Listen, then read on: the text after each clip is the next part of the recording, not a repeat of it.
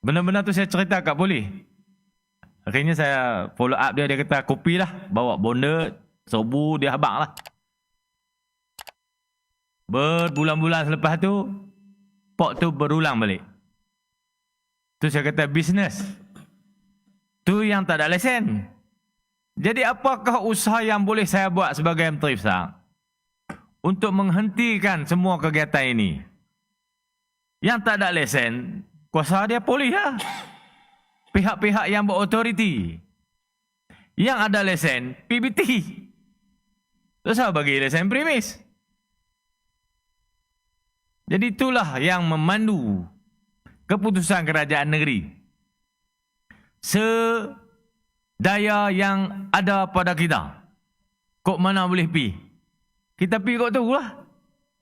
Yang tak boleh pi, mereka duk marah saya judi online. Judi online pun bukan bidang kuasa saya. Judi online MC dengan Fahmi Fazil. Dia jaga tajuk tu. Kalau hang tak kerti buat, bagi kat aku kuasa tu.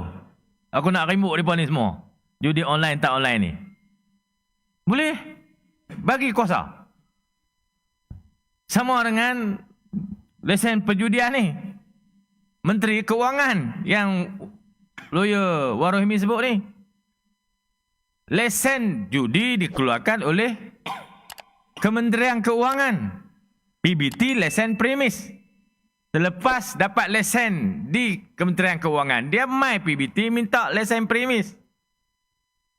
Kalau kita tak bagi, dia terawang-awang lah, dia tak lesen MOF bagi dah. Siapa PBT tak bagi, ni antara punca yang bawa dia ke mahkamah. Saya buat langkah ni paling cermat sekali.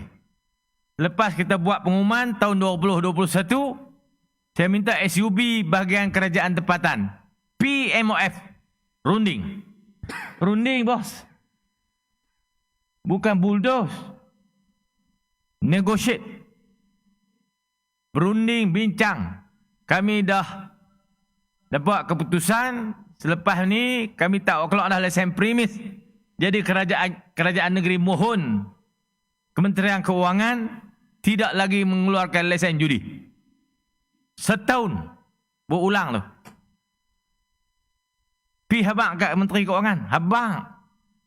Tu dia kata saya bulldoze dah. Urusan pentadbiran dibuat dengan langkah-langkah yang betul ya. Ikut prosedur. SUB pun ulang PMOF pi habang yang dah tamat tahun 2022.